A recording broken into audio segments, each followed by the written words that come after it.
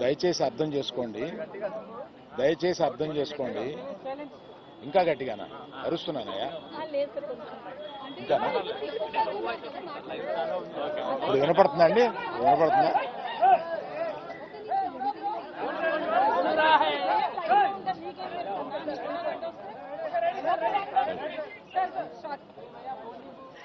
దయచేసి అర్థం చేసుకోండి. ఈ మీటింగ్కి ముందు లాయర్స్ మాట్లాడారు. మీరు క్వశ్చన్ అండ్ ఆన్సర్స్ అడిగినప్పుడు వారు అడిగే ప్రశ్నలకి మీరు చెప్పే సమాధానంలో ఏదైనా లీగల్ ప్రాబ్లం రావడానికి అన్ని అవకాశాలు ఉన్నాయి. దయచేసి మీరు మాట్లాడాలనుకుంది ఏంటో వారు చెప్పారు, ఆ మాట్లాడాలనుకుంది మాత్రమే మాట్లాడండి అని అన్నారు.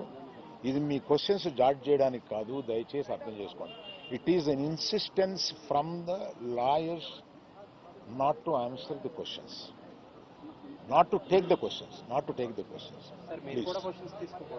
ఏమండి? అదే పార్ట్ ఆఫ్ ద సిస్టమ్ కదా. No, let me, I wanted to tell something. Let me complete.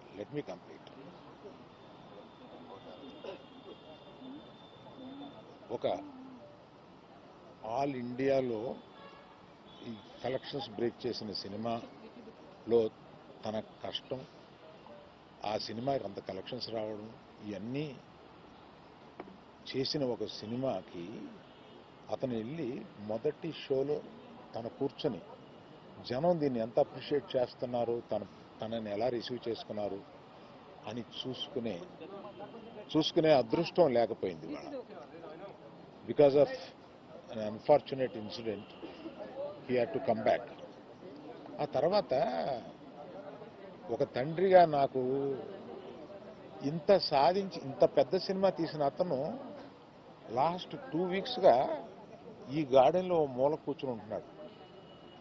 రోజు ఆ పైన ఉంటున్నాడు, లేకపోతే ఇక్కడ ఉంటున్నాడు. నేను ఒకసారి ఈ గార్డెన్ దగ్గరికి వచ్చి, ఏంటయ్యా ఇట్లా ఉంటావు నువ్వు, వెళ్ళి ఫ్రెండ్స్ దగ్గరికన్నా వెళ్ళు, లేకపోతే ఏదైనా ఊరన్నా వెళ్ళు, ఏదైనా బ్రేక్ తీసుకో, ఇందులోనే ఉండి నువ్వు ఇట్లాగా మరోజుగా ఇలా కూర్చుని ఉంటావు, దేశం అంతా నీ సినిమాని సెలబ్రేట్ చేసుకుంటుంటే నువ్వు ఇట్లా కూర్చుని ఉంటావు అంటే, సో అన్ఫార్చునేట్ ఇన్సిడెంట్ కరెక్ట్గా ఇప్పుడు జరిగింది. We don't know why, but the nature did it like that.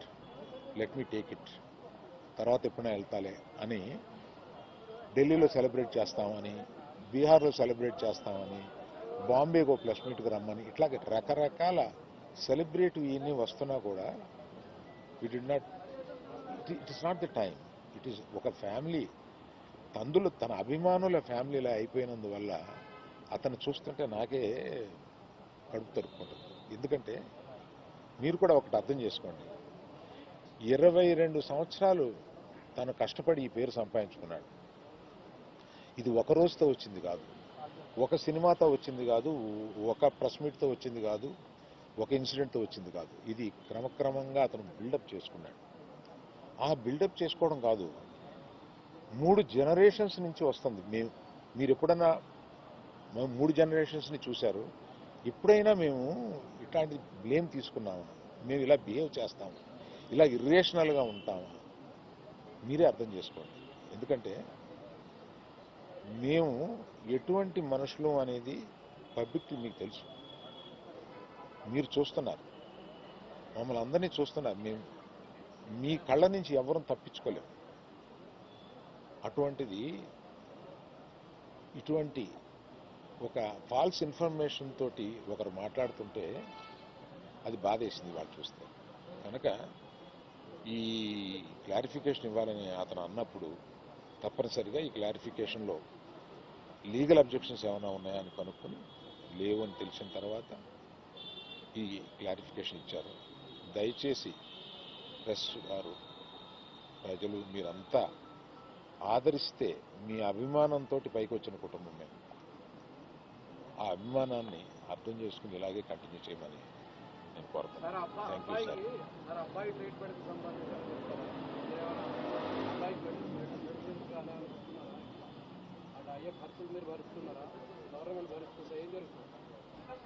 Sir అయితే దానికి కంటిన్యూ చెక్ నేను అనౌన్స్ ఆశిస్తున్నాను. చేసిన వెంటనే మంత్రి ఇల్లు ఇచ్చేశాడు. ఇప్పటికి 20 రోజులు అవుతున్నా కూడా అల్లు అర్జున్ గారు ఇంకా ఇవ్వలేదు. దీని వెనక కారణం ఏంటంటారు?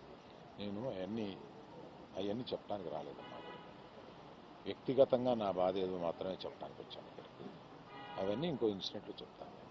అంటే ఎందుకంటే ఇందాక అర్జున్ చెప్పబోయి కూడా అర్జున్ ఒక అమౌంట్, నా నవీన్ మైత్రి వాళ్ళు ఒక అమౌంట్, డైరెక్టర్ గారు ఒక అమౌంట్, ఇదంతా పెట్టి ఒక ట్రస్ట్ చేద్దాము ఇది అని ఏదో అనుకున్నారు. దాన్ని ఇప్పుడు చెప్పి మెయిన్ ఆ విషయాన్ని డైల్యూట్ చేయడం ఎందుకు, దాన్ని ఇంకొకసారి వచ్చి వివరంగా వాళ్ళు మైత్రి ఈయన అందరూ కూర్చొని దీన్ని ఎలా చేయబోతున్నాం, ఎంత సపోర్టివ్గా ఉండబోతున్నాం అనేది తప్పనిసరిగా మీకు చెప్తారు. అయితే